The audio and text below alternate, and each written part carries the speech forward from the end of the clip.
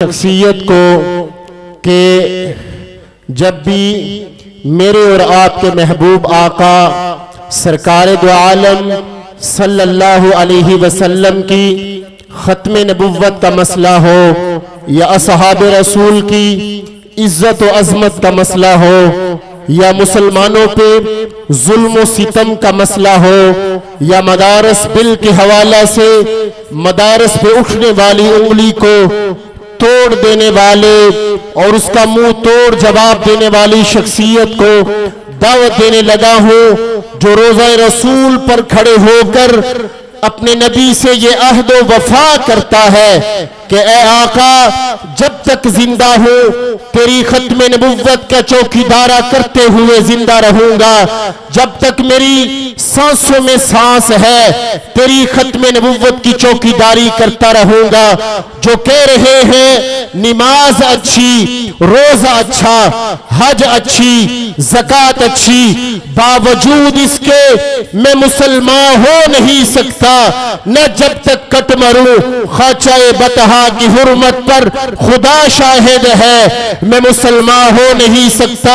दावत देने जा रहा हूं कायदे मिल्लत इस्लामिया मेरे और आपके दिलों की धड़कन जनाब हजरत मौलाना अल्लामा ताहिर महमूद अशफी साहब को रईस पाकिस्तान उलमा कौंसिल हजरत मौलाना अल्लामा ताहिर महमूद अशफी साहब। जब तक आप तालिब इल्म थे तो आपकी बड़ी मौजें थी। आज जब यहाँ से आप बुखारी शरीफ मुकम्मल करके जाएंगे तो आज के बाद आप पे बड़ी जिम्मेदारी है। असरे हाजिर के जो तकाजे हैं और असरे हाजिर के जो चैलेंजेस हैं उनसे निमटना ये आपके ऊपर उसी तरह आज के बाद लागू हो जाएगा जिस तरह आपसे पहले ये दर्स मुकम्मल करने वालों पर लागू है। याद रखिए मैं तो एक तालिब इल्म हूँ और मैंने अपने अकाबिर से यही सीखा है।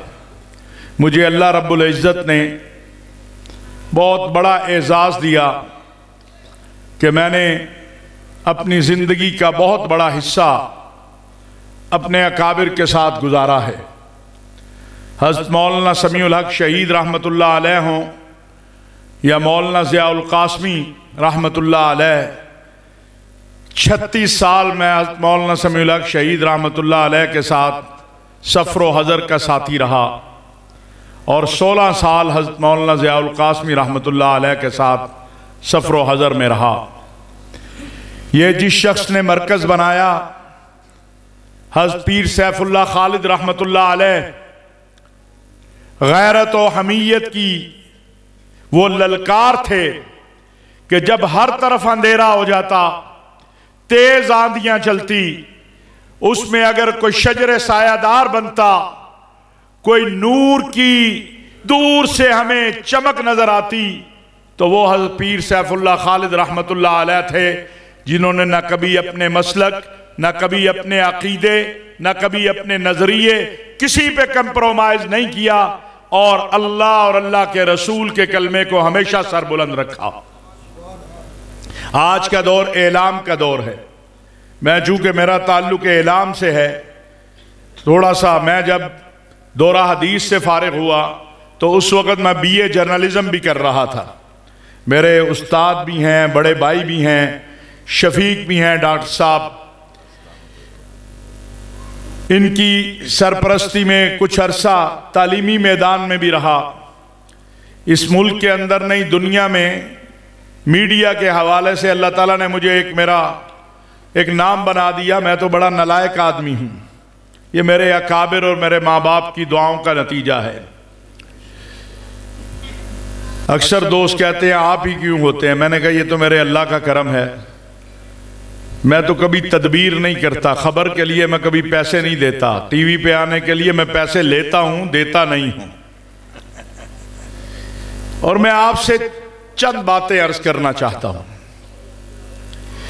पाकिस्तान के अंदर 1992 में अल्हम्दुलिल्लाह मेरा दरसे कुरान पाकिस्तान टेलीविज़न पर नशर होता था। उस वक़्त 4 लोग थे, एक ताहिरुल कादरी साहब थे, एक डॉक्टर मलक गुलाम मुर्तज़ा साहब थे, डॉक्टर इसरार थे, और एक आपका ये खादिम था, आप जैसा तालिब इल्म था, दाढ़ी भी।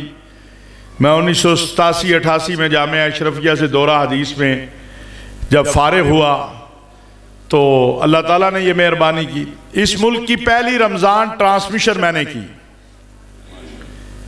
और बहुत ठीक ठाक पैसे भी लेता था मैं। फिर एक 27 रमज़ान थी, तो जब मैं सेट पे गया तो मुझे उन्होंने बताया कि एक खातून भी आपके साथ बैठेंगी। तो मैंने कहा यार 27 रमज़ान है, उलमा बैठे हैं, कोई नात खान ले आए, तो लैलतुल क़द्र की रात है। अच्छा, वो जब मैं पहुंचा तो वो खातून उसी तरह, जिस तरह उस बेचारी का कोई कसूर इसलिए नहीं था कि जिस तरह टीवी पे आती वो भी उसी तरह अपनी तैयारी करके आई थी। तो मैंने कहा कि मौलवी साहब बहुत हो गया, अब आज के बाद अपने घर से बैठ के जो काल अल्लाह व काल रसूलुल्लाह पहुंचा सकते हो लोगों तक, अल्हम्दुलिल्लाह। उसके बाद अब पूरे रमज़ान अल्हम्दुलिल्लाह कई चैनल्स पर मेरे दर्स आते हैं। उस वक़्त तो मैं पैसे लेता था। मैंने कहा कि नहीं, मैं अपने घर से जो मुझे आता है बता दिया करूँगा, आपने नशर करना करो, नहीं करना ना करो, लेकिन मैं ऐसे माहौल में मैं लोगों को तरगीब दूँ दीन की और मेरे साथ ही बेदीनी हो रही हो तो मैं क्या करूँगा। ये इम्तिहान आते हैं, ये आसान काम नहीं है। आप जब निकलेंगे, जब मुआशरे के चैलेंजेस का सामना करेंगे तो आपको महसूस होगा कि हालात क्या हैं। ये मदारिस अल्लाह की बहुत बड़ी नेमत है। मैं जब इस सूबे में वजारत दाखिला मेरे पास थी, बहुत हालात ख़राब थे, तो एक दिन पीर साहब का मुझे फ़ोन आया कि हमारे मदरसे के इर्द गिर्द पुलिस की नफरी बढ़ती चली जा रही है, लगता है ये ऑपरेशन करना चाहते हैं। तो मैंने उस वक़्त जो SSP साहब थे उनको फ़ोन किया। मैंने कहा कि क्या आप मंजूरुल इस्लामिया में ऑपरेशन करने जा रहे हैं? उसने कहा जी सर। मैंने कहा ये ऑपरेशन नहीं होगा। उन्होंने कहा जी अंदर दहशतगर्द हैं। मैंने कहा मैं 10 से 15 मिनट में वहाँ पहुँचूँगा, अगर कोई दहशतगर्द होगा अपने हाथों से आपके सुपुर्द करूँगा, लेकिन आपकी पुलिस अंदर दाखिल नहीं होगी। वो ज़रा 2 चीज़ें थी, एक को अकीदतन भी थोड़ा से मैंने अपने गवर्नर को इत्तला की, उनने कहा मैं देखता हूँ, लेकिन पीर साहब का फिर मुझे फ़ोन आया कि माहौल ख़राब होता चला जा रहा है। तो मैंने अपना इस्तीफ़ा लिखा और गवर्नर को भेज के मैंने कहा कि अगर मंजूरुल इस्लामिया में पुलिस दाखिल होगी तो ये मेरा इस्तीफ़ा है और मैं मंजूरुल इस्लामिया के गेट पे बतौर चौकीदार के खड़ा होऊंगा। पहले मुझे वो गिरफ्तार करेंगे, फिर किसी और को करेंगे। और ये एक बार नहीं कई बार हुआ। अल्हम्दुलिल्लाह हमारा मौक़िफ़ दुरुस्त था, कोई अंदर दहशतगर्द नहीं था, और फिर उन्होंने माना कि जी बिल्कुल आपने ये एक नहीं कई वाक़यात हैं। मुझे अल्लाह ने ये एजाज़ दिया है, मेरा फ़ख्र है, मेरी जन्नत है कि वो लोग जो अफगानिस्तान के जिहाद में गए थे 9/11 के बाद, उनका कोई वाली वारस नहीं था। उनमें से आप इधर हैं, किसी से पूछिएगा, एक रोटी 4 लोगों को मिलती थी, एक गिलास पानी 4 लोगों को, 2 लोगों को मिलता था। मैंने कहा ये क्या है? हम 4 या 5 मिनिस्टर थे और उनमें से हम 4 मौलवी थे, एक नवाब थे बलूचिस्तान के। तो परवेज़ मुशर्रफ साहब के यहाँ इजलास था, तो मैंने इजलास से पहले ये बात अपने मौलवियों के सामने रखी। तो उन्होंने कहा तू पागल हो गया, अभी निकाल देगा वजारत से, ये बात करेंगे कि उनको लेके वापस आए जेलों से। मैंने कहा यार यही बात करनी है ना कि ये मजलूम है, हमारे पाकिस्तानी हैं, जेल में पड़े हैं, आप मेहरबानी करें उन्हें पाकिस्तान में ला के जेल में रख लें। मौलाना वो क्या मत आ जाएगी। ये मेरा अल्लाह है। मैं आपको, आप नई मंजिलों की तरफ जा रहे हो इसलिए आपको बताना चाहता हूं।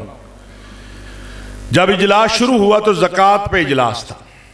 सबसे पहले जिस मौलवी साहब ने सबसे ज्यादा चीखो पुकार की थी कि no no no no no अभी निकाल देगा, उसके सूबे की बारी आई तो उसका सेक्रेटरी खड़ा हो गया। उसने कहा जी मुझे नहीं पता ज़कात कितनी बटी कितनी नहीं बटी।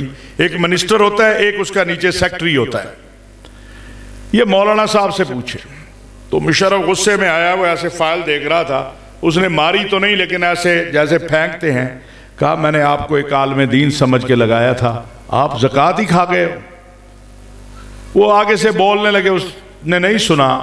उसके बाद बाकी मिनिस्टरों की बारी आई। मेरा तो शोबा नहीं था, मैं किसी अपना जो हमारा ज़कात मिनिस्टर था उसकी जगह गया हुआ था पंजाब से। तो मैंने कहा जी मेरा सेक्रेटरी मौजूद है। उसने बताया। उसके बाद उसने कहा इजलास ख़त्म, और मेरी तरफ आके कहा, जब उस मौलवी साहब को उसने कहा ना और थोड़ा, तो उस दौरान मेरे दिमाग में कशमकश चल रही थी, बात करूं ना करूं, बात करूं ना करूं, क्योंकि कोई 7 दिन वो नवाब, अल्लाह उसको जज़ाए खैर दे, बलूचिस्तान का था जो वजीर था, उसने मुझे कहा कि हाफिज साहब तू बात करेगा मैं तेरे साथ हूं। आज भी मैं उसे दुआएं दे रहा हूं, मुझे नाम भी उसका याद नहीं है और हमेशा दुआ देता हूं उसका जब भी ये मुझे मैं। तो मुशर्रफ साहब मुझे कहा कि कब आए हो? मैंने कहा सर अभी आया हूं। कहा खाना खाया? मैंने कहा नहीं जी अभी तो लाहौर से आया हूं, लेकिन ऐसे बाजू मैंने पकड़ा। मैंने कहा लेकिन सर मुझे आपसे बात करनी है।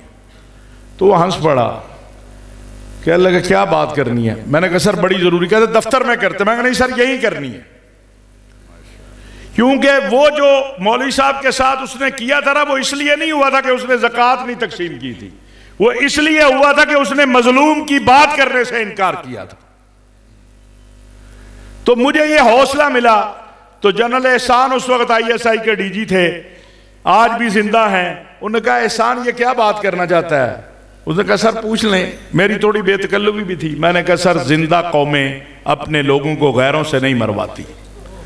हमारे बच्चों को करजई और अमेरिकन वहां बगराम में और काबुल में और पता नहीं कहां कहां मार रहे हैं, वो हमारे बच्चे यहां लाके अपनी जेलों में फेंक दो, अल्लाह उसको जज़ाए खैर दे। उसने कहा एहसान किससे बात करनी है? उसने कहा सर बुश से बात करनी होगी। आज वो जिंदा नहीं है, अल्लाह उसके गुनाह माफ करे, लेकिन उसका ये अमल अच्छा अमल है। लाल मस्जिद उसका बुरा अमल था, आज भी हम कहते हैं। मैं अभी वापस लाहौर नहीं पहुंचा था, मुझे फ़ोन आया कि आप वापस इस्लामाबाद आएँ और सुबह जहाज़ लेके आप मज़ार शरीफ जाएंगे और आप वहाँ से कैदी लाना शुरू करेंगे। बिहम्दिल्लाह तबारक व तआला 3200 कैदियों को मैं अफ़गानिस्तान से लेकर आया, 56 को क्यूबा से लेकर आया। एक दिन मौलाना मसूद अजहर ने मुझे कहा कि मैं आपके लिए रात की तहज्जुदों में दुआएं करता हूं। मैं मौलवी साहब सुबह मेरे खिलाफ तकरीर कर दे और रात को दुआवां कर दे, केड़ी गल मनी जाए? हम तो मातूब है ना हर वक्त। तो उन्होंने कहा नहीं ऐसी बात नहीं है। उन्होंने कहा मैंने बुखारी शरीफ में पढ़ा, ये बुखारी की हदीस है, रसूलुल्लाह सल्लल्लाहु अलैहि वसल्लम ने फरमाया जिसने किसी एक कैदी को दुश्मन की कैद से छुड़ाया उसने मुझे छुड़ाया। मैंने कहा मौलवी साहब मेरी जन्नत बन गई है, तुझी जो मर्जी फतवे लाओ, परवाह नहीं है। याद रखिए इस खित्ते के अंदर सबसे बड़ी शख्सियत जो आई शेखुल हिंद के बाद, वो मौलाना उबैदुल्लाह सिंधी हैं। इस कौम ने तो उन्हें भी माफ नहीं किया।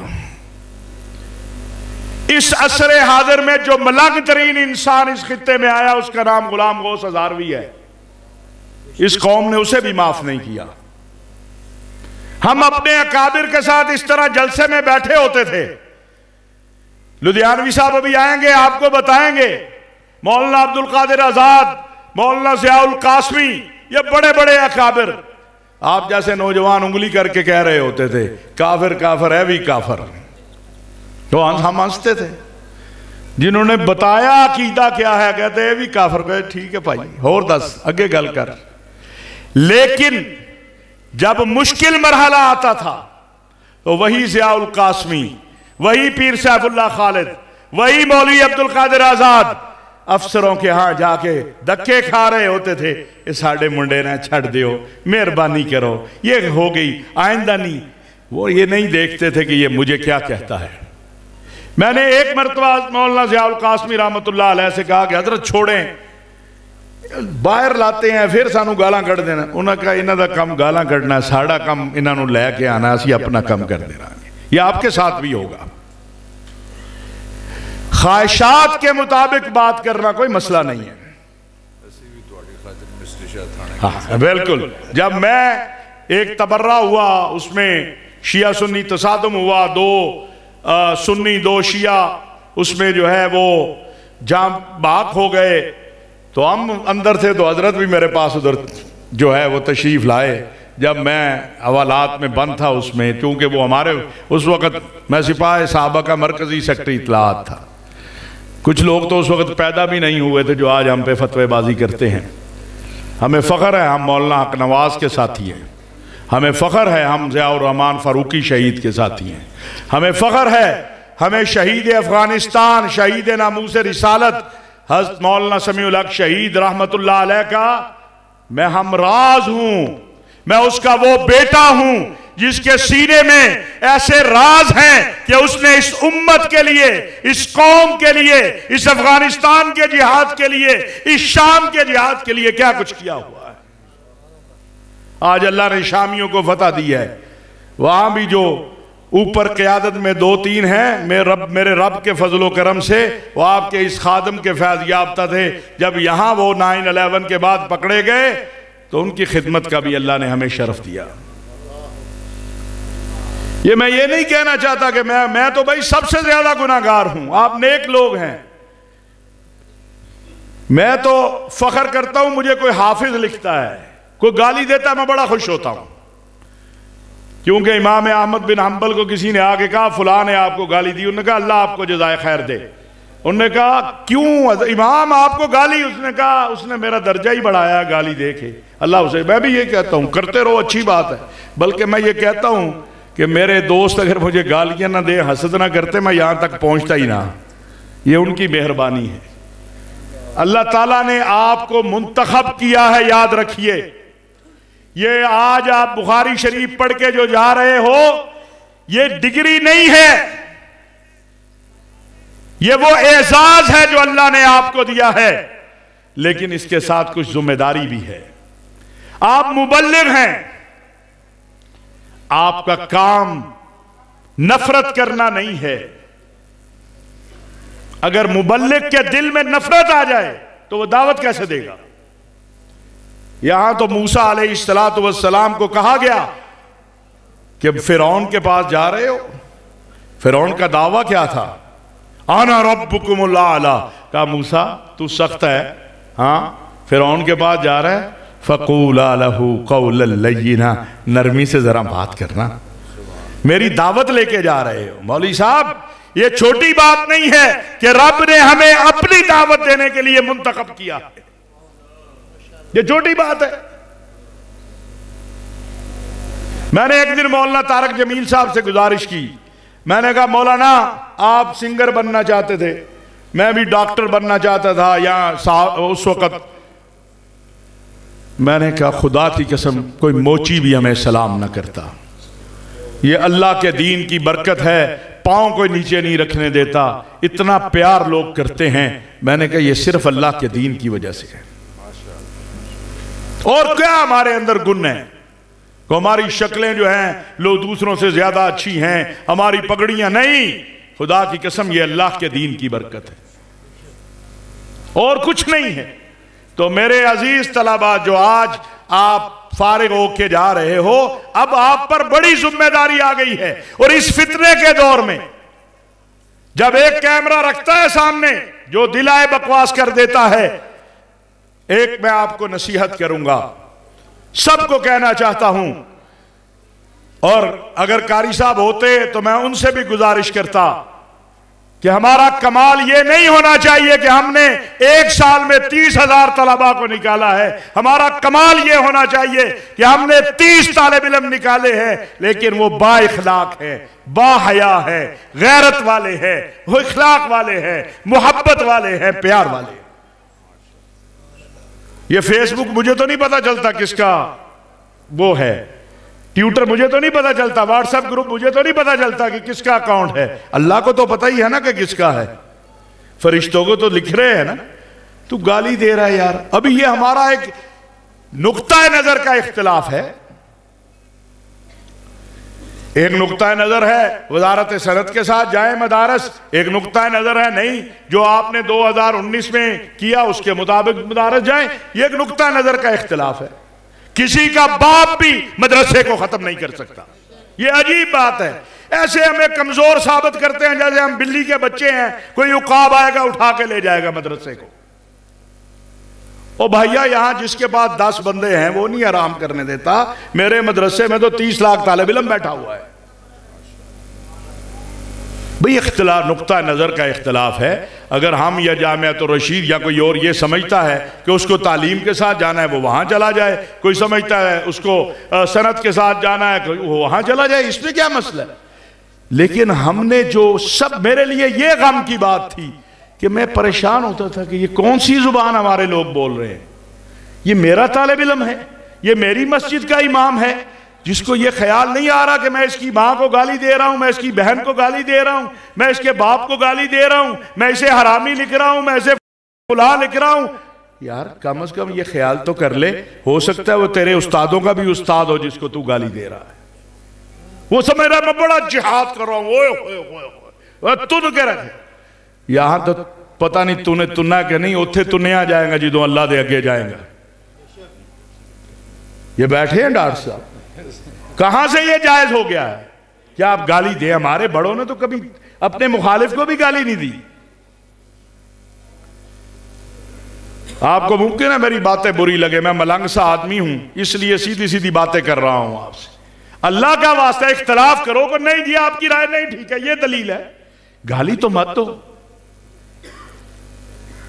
मैं आपको क्या कह रहा हूं, आपके मदारिस के तलबा और असातिज़ा, इस वक्त हाल यह है मुल्क के अंदर के 450 लोग जो इंजीनियर हैं, डॉक्टर हैं, मौलवी हैं, इमाम हैं, मुफ्ती हैं, वो तौहीन रिसालत के केसों में जेलों में हैं। उनके मां बाप रोते हैं। क्यों? कि इंटरनेट के जरिए, व्हाट्सएप के जरिए, फेसबुक के जरिए उनके जहनों को तैयार किया गया। और अब वो बेचारे तो नहीं रहे जो गुस्ताख है, वो कहां बेचारा रहा। लेकिन ये फितने आ रहे हैं, कोई उधर से उठेगा, कोई उधर से उठेगा। आपको अपनी सिमत नहीं बदलनी, याद रखें, आपको अपना किबला नहीं बदलना। और आपको मैं आपसे ये गुजारिश करूंगा कि जिन्होंने मुफ्ती महमूद को नहीं पढ़ा वो मुफ्ती महमूद को पढ़ें, जिन्होंने गुलाम गौस हज़ारवी को नहीं पढ़ा वो गुलाम गौस हज़ारवी को पढ़ें, जिन्होंने उबैदुल्ला सिंधी को नहीं पढ़ा वो उबैदुल्ला सिंधी को पढ़े। मेरे पीर और मुर्शद हज़रत मौलाना सराज अहमद दीनपुरी रहमतुल्लाह अलैह, मैंने उनसे आखिरी मुलाकात में कहा कि हजरत आप क्यों अलीगढ़ गए थे? ये वो शख्स था कि जिसकी जब हुजरे में जाते थे तो कई माह तक ऐसा लगता था दिल के अंदर 1000 वोल्ट का बल्ब लग गया है, सिर्फ उसकी नजर पड़ने से। निगाह मर्द मोमिन से बदल जाती है। मैंने कहा हजरत मैं आपसे पूछना चाहता हूं आप अलीगढ़ क्यों गए पढ़ने? कहा मेरा हाथ पकड़ के हज़रत मौलाना उबैदुल्ला सिंधी मुझे अलीगढ़ लेकर गए और कहा कि अगर अंग्रेजी नहीं सीखोगे तो अंग्रेज का मुकाबला कैसे करोगे? आज कोई उबैदुल्ला सिंधी से बड़ा पढ़ा लिखा है यहां पर? आज के सारे हम मिल मुल जाएं, बड़े छोटे, उबैदुल्ला सिंधी के पांव की खाक के बराबर भी नहीं हो सकते। आपको असरे हाजिर को भी देखना है और आपको अपना दीन भी नहीं छोड़ना है। कोई खतरा नहीं है। मैं आपको बताऊं, आपको कितनी आज़ादी है। 2 मिनट में मैं अपनी बात ख़त्म करूंगा, लेकिन आपको ताकि इस मुल्क की कदर आ जाए। ये जो शाम अभी आज़ाद हुआ,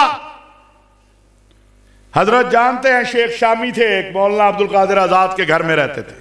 उनके वालिद को कहा जाता था इमाम अबू हनीफा अस्सानी, यहां भी आते थे।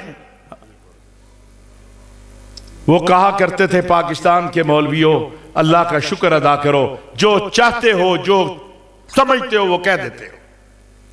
शाम की फजीलत की 100 अहादीस सुनाते थे। हाँ बिल्कुल, अल्लाह अकबर। आज देखा आपने 38 साल बाद ऐसी ऐसी मसाजिद है, 13 साल बाद अजान हुई है, 13 साल बाद एक ऐसी मसाजिद हैं शाम में अभी जो आजादी मिली। अल्लाह ताला ने उनको जद्दोजहद की उन्होंने। मैं एक मरतबा रमजान में कतर में था, तो एक इन्हीं में से जो इस वक्त क़यादत है उसने कहा कि आप हमारे साथ अफ्तारी जो है। मैं उसके घर गया तो वो एक उसने मशरूब रखा, बड़ा कड़वा था। तो मैंने कहा यार ये तो कड़वा है, इफ्तारी के बाद वो रोना शुरू हो गया। उसने कहा शेख हम शाम वालों का ये मशरूब है, लेकिन आज इदलब के अंदर, मेरे गांव मेरे शहर के अंदर लोगों ने नमक से रोज़ा रखा है और नमक से और पानी से रोज़ा खोला है। आज अल्लाह ने उनको फातेह बना दिया है, लेकिन मैं उन्हें सलाम पेश करता हूं उस क़यादत को। उन्होंने कहा सबको माफी है। आपको मैं वक्त नहीं है क्या बताऊं कि मस्जिदों के अंदर अहले सुन्नत की, मुसलमानों की बेटियों को लिटा के ये स्पीकर लगाया जाता था और कहा जाता था बुलाओ अबू बकर उमर को तुम्हें बचा ले, और उनकी इज्जतें लूटी जाती थी। एक बच्ची परसों अल जजीरा को बता रही थी कि पहले मेरे बाप को बुलाया, फिर मेरी मां को बुलाया, फिर मेरे भाइयों को बुलाया, फिर मेरी बहनों को बुलाया, और दिखा रही थी ये देखो मेरे बाप ने लिखा, आज मेरी माँ शहीद, मेरी माँ का लिखा है इस तारीख को वो शहीद हुई, इस तारीख को मेरी, इस तरह पूरी तफसील। उसका बाप उस छोटे से कमरे में अपने नाखूनों से लिखता रहा, पूरा खानदान ज़िबा कर दिया। बाप का जुर्म क्या था? और पाकिस्तान वालों, खुदा की कसम ये मुल्क कितनी बड़ी नेमत है, आपको तसव्वुर ही नहीं है। बाप का जुर्म यह था कि मुसलसल 10 रोज फजर की नमाज मस्जिद में बाजमात अदा की थी। अभी डॉक्यूमेंट निकल आए हैं, आपके सामने आ रहे हैं कि शाम की इंटेलिजेंस की जिम्मेदारी थी कि वो देखे कि कौन तसलसल से 5 नमाजें पढ़ता है, और जो 5 नमाजें जमात से पढ़े उसको बुलाया जाए और उसको वार्निंग दी जाए। मैं एक इस्लामी मुल्क में गया तो मेरा जो प्रोटोकॉल अफसर था वो आए और पानी की बोतल एक रख जाए कमरे में ना, एक साइड पे। मैंने कहा मुमकिन है यहाँ पानी महंगा हो या कोई चीज हो, या अल्लाह आलम। मैं 3-4 दिन रहा। जब मैंने सुबह मेरी जिस दिन आना था तो वो आ गया, मुझे कहता है शेख इंदी हाजा। मैं क्या बताओ क्या बात है? कहता है इस पे दम कर दो पानी पे। मैंने कहा यार मुझे तो दम शम आता नहीं है, खैरियत है? मैंने कहा कोई बीमार होगा? कहा तो आप हाफिज तो हैं ना? मैंने कहा हाँ हाफिज हूँ यार, मैं यही मेरा फख्र है, एजाज है। कहा शेख इस मुल्क में, ये इस्लामी मुल्क का, इस मुल्क में 15 साल से कम उम्र के बच्चे को हाफिज नहीं बनाया जा सकता, और अगर पता चल जाए हुकूमत को कि ये बच्चा हिफ्ज कर रहा है तो उसको और उसके बाप को जेल में डाल देते हैं। मेरा बेटा है, मेरा भाई हाफिज है, मैंने उसके घर रखा हुआ है खुफिया। आप हाफिज हो, दम कर दोगे, हो सकता है वो जल्दी हिफ्ज कर ले, उसका हाफजा जो है। खुदा की कसम मैं उस मुल्क से दुबई तक कोई 4-5-6 घंटे की फ्लाइट थी, मैं रोता रहा। मैंने कहा या अल्लाह मेरा मुल्क है, मैं खुद 7 साल की उम्र का हाफिज कुरान था। छोटे छोटे बच्चे यहाँ सुबह कुरान शरीफ पढ़ रहे होते हैं। ये अल्लाह का करम है, ये वतन जो है ये ला इलाहा इल्लल्लाह की बुनियाद पर कायम हुआ है, और इसमें खिलाफत राशिदा का निज़ाम बताया करो लोगों को। कभी ये नारा भी लगता था खिलाफत राशिदा हक चार यार, फिर भूल गए हम जब हम तालिब इल्म थे। हजरत ऐसे ही था, अब तो भूल ही गए। खिलाफत राशिदा, जरा बोल दो जोर से, खिलाफत राशिदा हक चार। बताया करो लोगों को कि खिलाफत राशिदा का निज़ाम सैयदना अबू बकर सिद्दीक के 2 जुमलों में है कि आज के बाद जो ताकतवर है वो कमजोर है और जो कमजोर है वो ताकतवर है। ये जो निज़ाम या साथ कचहरी है, सारा दिन जुल्म होता है। मैंने अपने मेरा बेटा वकील बना, बड़ी दुनिया की आला यूनिवर्सिटी से डिग्री ली, पहले केस में गया, पहला केस, हमें बड़ी खुशी थी आज बेटा पहले केस आया, मुंह लटका, खैर है क्या हुआ है? कहता जज ने अंदर बुलाया कि जिस केस में आए हो मैंने तो 15 लाख रुपया ले लिया, तू 5 लाख रुपया ले ले और छोड़, तेरे खिलाफ फैसला देता हूं। तो मैंने कहा, फिर उसने कहा, मैंने कहा मैं केस लड़ूंगा, लेकिन उसने कहा बाबा या हमें यह कहना छोड़ दो कि हलाल कमाओ, तो या फिर मैं ये काम नहीं करूंगा, मैं कोई और काम करूंगा। वो बच्चा जो दुनिया की जो एक बेस्ट यूनिवर्सिटी से वकालत करके पढ़ के आया, उसने एक कैफे जाके कंटेनर खोल लिया, उसने कहा हलाल नहीं यहां से आ सकता। इस निजाम को हमने बदलना है, इस जुल्म के निजाम को, बर्बरियत के निजाम को। आज एक चैलेंज नहीं है, कई घंटे चाहिए जो आपको चैलेंज दरपेश होंगे। हमने उलझना नहीं है, याद रखिए एक बात, हमने उलझना नहीं है।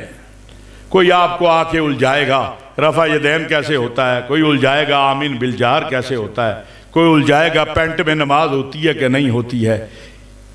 इससे आगे बात जा चुकी है। यहां तो ईमान बचाना मसला बन गया है। यहां तो मेरे अपने पीर का तावीज ला इलाहा इल्लल्लाह से ज्यादा ताकत वाला बता रहा हूं।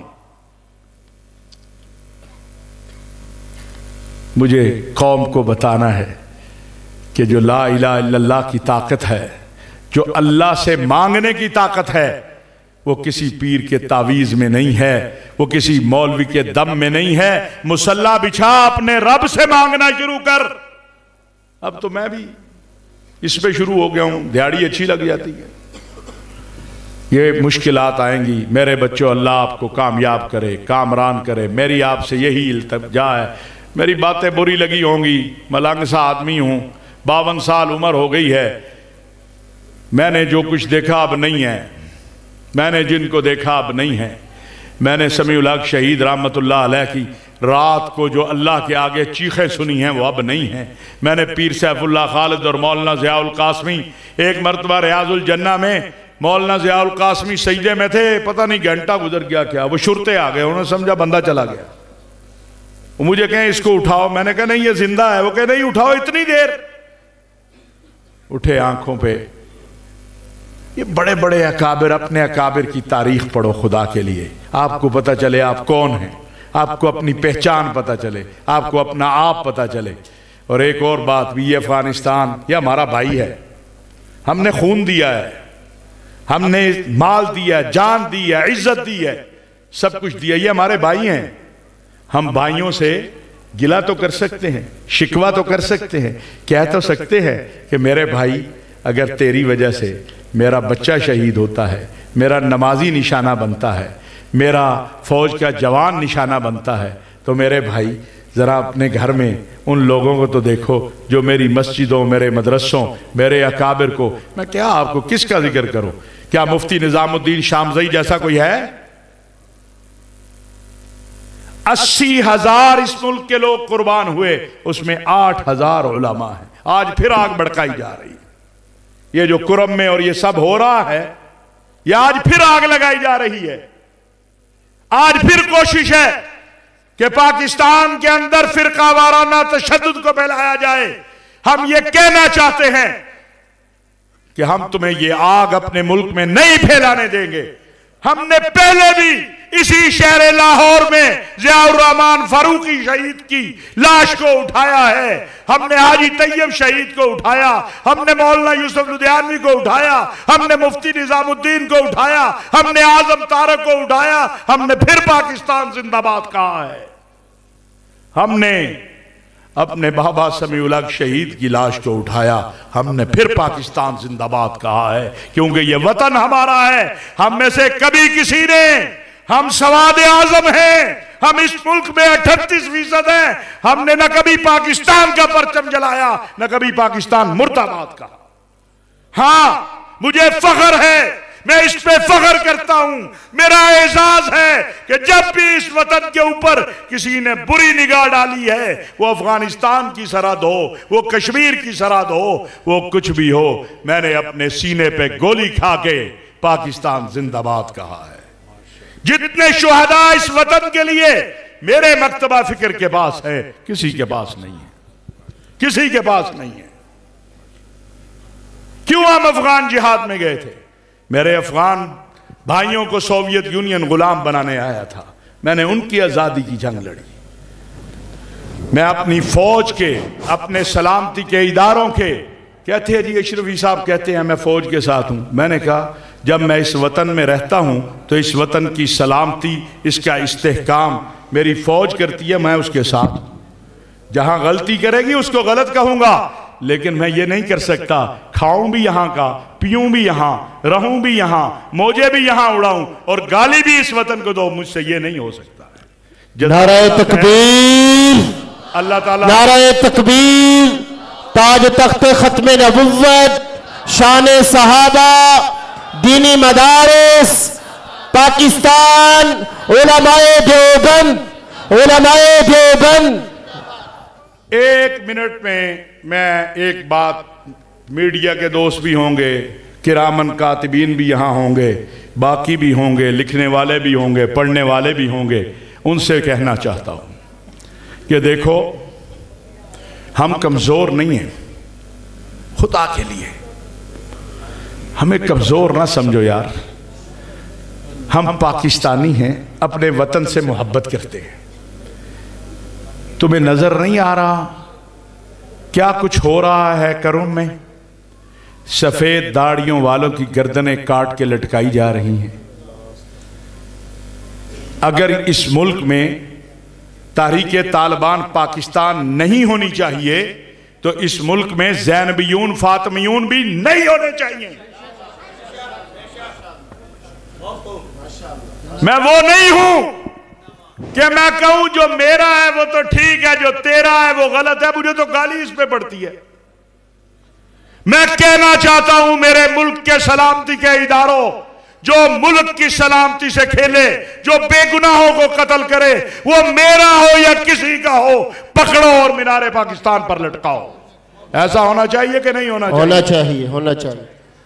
सबक सीख ले वो भी जो ये समझते हैं कि वो पाकिस्तान को शाम बना लेंगे।